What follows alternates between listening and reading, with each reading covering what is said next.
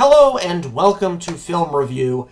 This is Kevin. I thought I would go ahead and give my 2 cents, because everybody on the internet gives their 2 cents.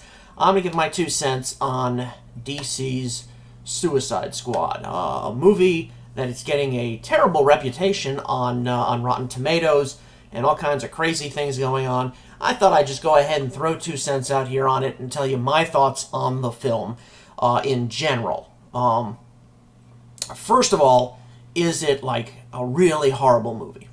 No. Is it a cinematic genius? No, there's too many problems with it to be a cinematic masterpiece of a film that some of these DC fans are going crazy about, and they want to shut down Rotten Tomatoes and everything like that.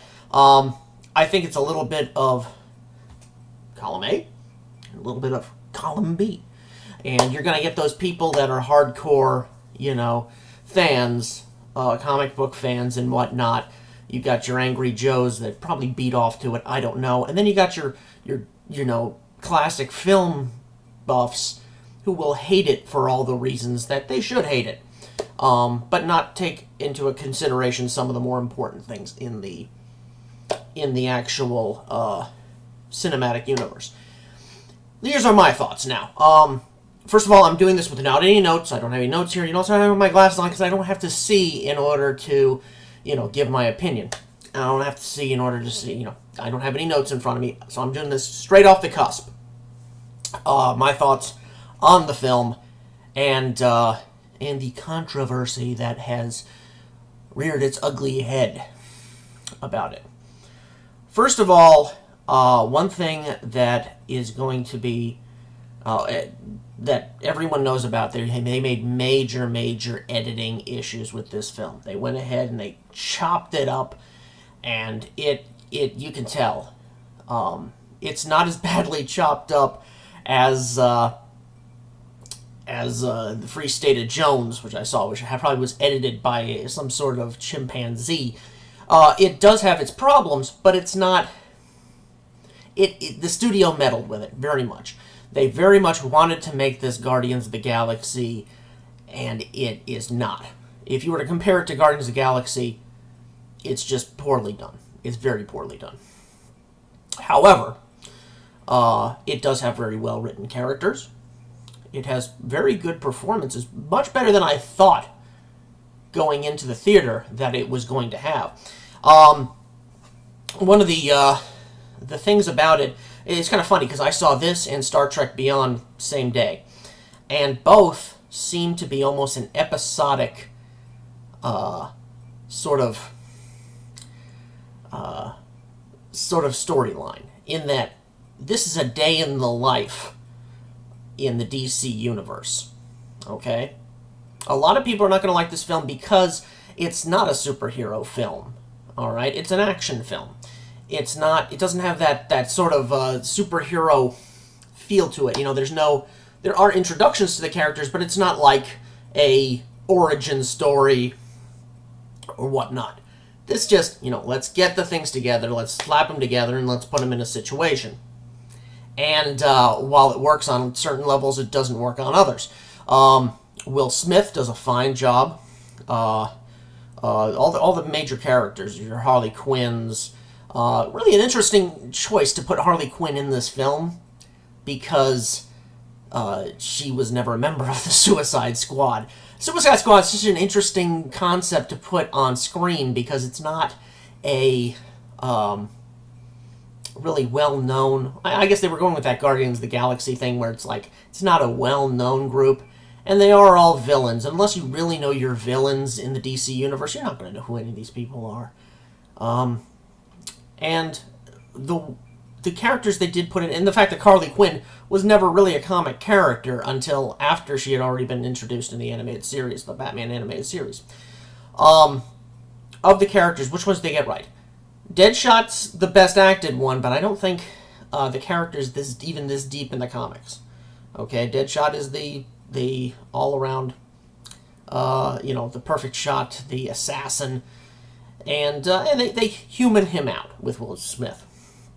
Harley Quinn, still have trouble wondering why they even have her. I know it's because they wanted to have Harley Quinn in the movie. That's the only reason. And they do very well with that. The bottom line is they're putting this group together to fight supervillains, or meta-humans, or whatever they want to call them. What good is, Harley Quinn with a baseball bat? Yeah, she might knock out a few people, but she's kind of useless in that sense of, is Zod going to come down and just, put his foot on her head and squish her? So, kind of was unusual about that, but she was a very good character, so I can't say anything bad like that. Diablo, the character of Diablo was done very well. The character of Killer Croc, who I've always loved Killer Croc as a character in the Batman universe and the animated series, and I thought they really got it right with Killer Croc. I know people are saying, well, what's his motivation? The guy's a freaking alligator, human alligator. He has no, they sum up his character in one sentence, that he wasn't a monster, but they treated him like one, and it turned him into a monster. Fair enough. Captain Boomerang. One of those characters that is a real throwaway character in the comic books, but I think Jai Courtney got it just about right. There's Slipknot, who's in there for about 3 lines and then gets his head blown off. I would say that's a spoiler, but he's not in it. If you're a Slipknot fan, you're not going to like this movie. Slipknot the character, not the band, although maybe the band fans won't like him either. Am I forgetting anybody? The Enchantress. They have all kinds of little characters and everything like that. And I think the character,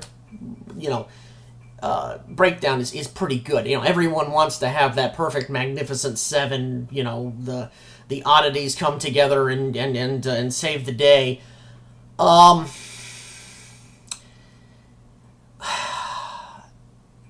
What this film got right was that this needed to be a film that was just a day in the life of the DC universe. You don't have to make it. They have this added scene at the end where they're like, oh, we're going to make this into part of the Justice League and all this other. Forget that. Just let it stand alone as just like a chapter in this universe's story. Okay? You'll notice I didn't mention Jared Leto as the Joker. Jared Leto does fine. Okay? I went in this with no expectations, and I think that's the right way to go in. If you know the characters from the comic books, forget everything you know. Go in and just watch it. Just watch it. Is Jared Leto's character terrible? Is he really good? He does kind of remind me a little bit of a Mark Hamill Joker. Mark Hamill's animated series Joker. I just kind of looked at him like that. He was nothing that special. He's not in it very much. And I'm fine with that. I'm absolutely fine, because the story of the Suicide Squad is not the story of the Joker. Joker was never a member of the Suicide Squad, nor did he really work with anybody in the Suicide Squad, except for maybe Killer Croc. So, the film suffers from major editing issues. Okay, they do chop this up and try to make it almost like cinematic, spaghetti thrown in your face. They introduce certain characters twice. You don't need to tell the story twice. You could have put more emphasis on the characters in there. They didn't, and in the end, it does make for a bit of cinematic chop suey. That being said, does it deserve 20% on Rotten Tomatoes? No. Offhand, it is a watchable film that is being given a little too much credit for its deficiencies and not enough credit for the things that are done right. So that's my thought on the film, and I'd love to hear your thoughts on it. Where are the major weaknesses? Where are the major strengths? I want to know what you think, because hey, this is the internet. We're supposed to share what we think, right?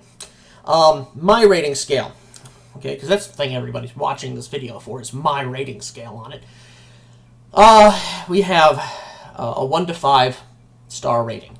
1 star, don't pee on it if it's on fire, because you got a lot better use for that urine. 5 stars, greatest thing you've ever seen. Sell everything you own, jump naked off the nearest bridge because you're never going to see anything better.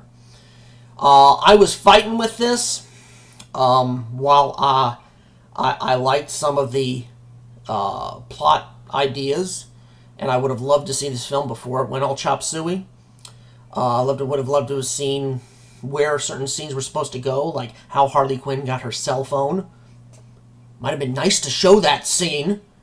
She doesn't have it, then she does, and she's getting messages from the Joker. I can imagine I know why or how, but they don't really show you. Remember, this is a movie. It's meant for the average person, and average people are not too smart. They need to be shown everything. I was fighting this. I liked the visual look of the film. I liked that it was all in kind of one small setting. The villains and whatnot were predictable, but not terrible. I was going to give it a 4. I'm going to give it a 3.5. In fact, even a 3.75 because I don't want to get too much hate mail at the bottom of this.